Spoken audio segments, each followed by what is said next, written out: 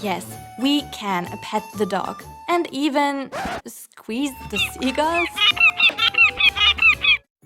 Today, we are looking at 7 brand new and upcoming cozy games that absolutely deliver on humor and cuteness. Some of them are feel-good life sims to fully immerse ourselves in, while others might simply stun you with their wackiness.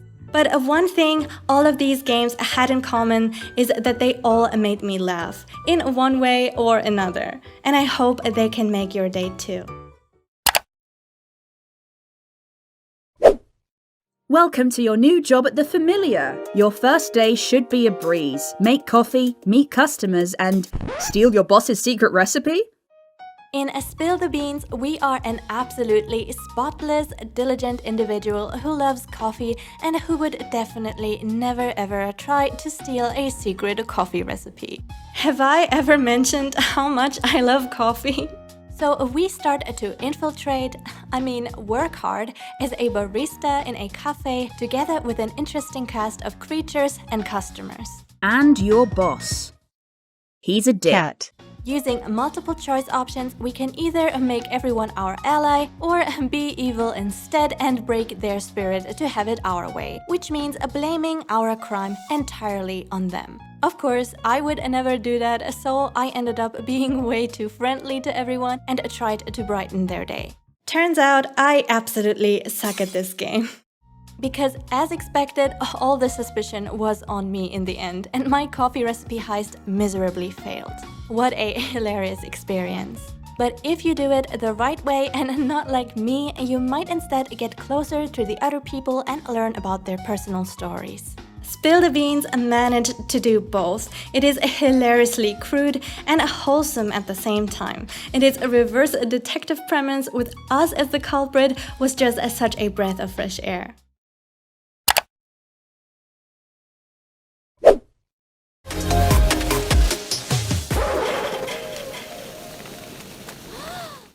I have already loved it in the early alpha, and it is just getting better. The goofy humor, the quirky characters, cruising around in any vehicle you like, mowing down poor passengers, and the groovy beats. It all just instantly puts you in a good mood.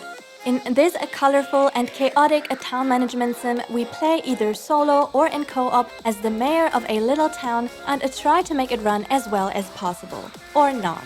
And it is out in early access right now. Aside from decorating, resource management, and assigning workers to do the job for us, in Go-Go Town you can set up different shops like a ramen place, a juice bar, or even bigger establishments like a movie theater or a hairdresser. But selling pet rocks sure sounds like a brilliant marketing idea. I like how we can choose which residents get to move to our town and which ones are in charge of our shops. It is just pretty fun seeing our town develop over time and watching it attract a bunch of tourists who will come and purchase our silly little pet rocks and more. There is a pretty colorful range of creatures such as werewolves, aliens, and robots that we will be able to interact with. And speaking of interactions, the devs apparently found it essential that we can high-five absolutely anyone in this game.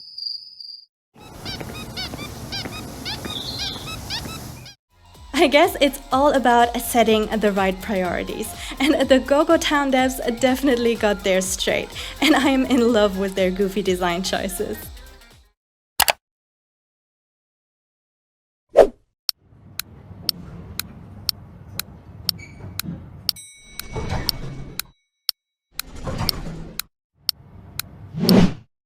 Waiting is torture, but this game takes this to a whole new level. With 100 plus funny and creative ways to kill our time in situations like waiting for a bus, waiting for the rain to stop, or waiting for our stamina in our mobile game to replenish.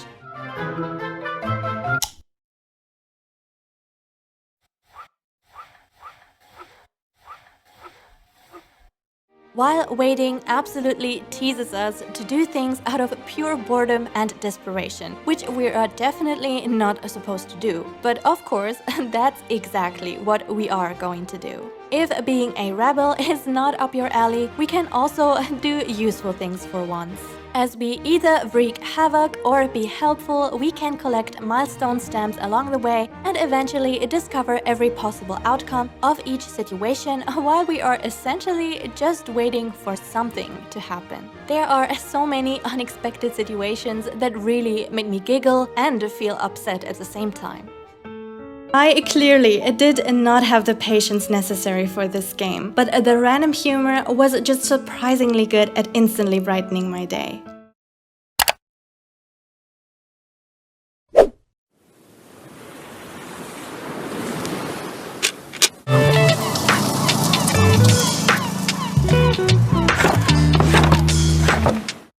In a tiny bookshop, we can manage and run our own tiny mobile bookshop. And it is really great for book lovers who like to indulge in a nostalgic trip surrounding the world of books. We get different local customers to visit us, and we can influence who comes to visit our tiny bookshop by decorating our caravan with special items that give a little buffs and attract different customer types. And it's not just about sorting books onto a shelf. I really loved how we get to talk to the townspeople, each with their own background story and book preferences, and they sometimes even ask us for recommendations. I have always wanted to recommend The Fellowship of the Ring to tiny fictional people. And yes, we can pet the dog and even squeeze the seagulls.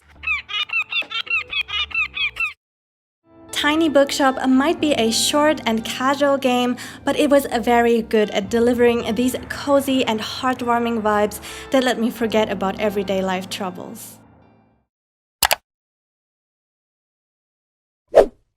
Whimel Academy is a narrative-driven game with stat-raising mechanics. We can become a witch, wizard, or mage in a magical school where we study, have fun with other students, and more. We decide our own daily schedule at the academy in a turn-based manner, and we have limited actions based on the daytime and our energy bar. Man, I really love life sims like these, like a Tokimeki Memorial or the Angelique series. So please definitely show yourself in the comment section if you're like me. And of course, what do you do at school? Studying? Nah. I went ahead and skipped all lectures just to hang out with the students all day, every day. We have a very lovely characters to meet and eventually a romance in the end. Cyrus, a charming and boldly flirty troublemaker. Lumi, a dreamy and mysterious stargazer. Daisy, a very shy but thoughtful girl who loves plants. Ida, a sweet and energetic girl with a contagious smile. And Theo, the calm, serious, and studious wizard. And sorry, but is it just me or does Theo look a lot like Howl? I am definitely not complaining though. We will go through 6 school years in total and get different endings depending on our choices. Whimel Academy comes with extremely charming visuals and a very small team working on the game, and I could definitely tell their project was done with love. We're still under pressure, so make sure you capture both drama and romance. Reality TV drama, love, and trashy humor. The Crush House is a fun and chaotic management simulation that doesn't take itself too seriously. Essentially, we take on the role of a producer with the lousiest office in history to shoot the hottest reality TV show you can imagine. And for some reason, we've got Furbies everywhere. The goal is to direct and broadcast each episode of the show and choose which candidates get their own spotlight. So let's choose this guy who hates optimism and put him together with the highly optimistic girl. That sure sounds like a good idea, right? Just don't forget the most important rule of them all. The audience is always right. And we need to give our viewers what they want to see. Oh boy, this one came with such an unexpectedly wacky concept that made it oddly intriguing for me, at least for the duration of the demo. I definitely need a palate cleanser after this game.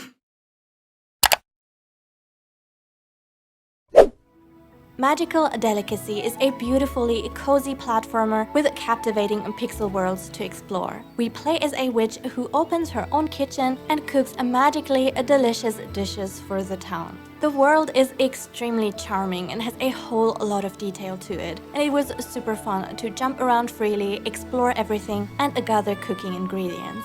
It is also really enjoyable to take on quests from the townies and create different dishes with various attributes and flavors, and we can even grow our own veggies and herbs in our backyard. The game also comes with an intriguing witchy backstory that was teased in the demo, and it ended on such a cliffhanger that I simply need to find out more soon. Magical Delicacy will be a truly cozy experience for anyone who loves food, a witchy charm, and a lovely pixelated world. Yes, I love witchy games, and I hope you do too. Which one was your favorite title with the biggest potential to make you laugh? Please let me know also if you have any game recommendations or demos you have played recently. But that's everything from me. It was nice to see you. Have a lovely day, my friends, and see you in the next video.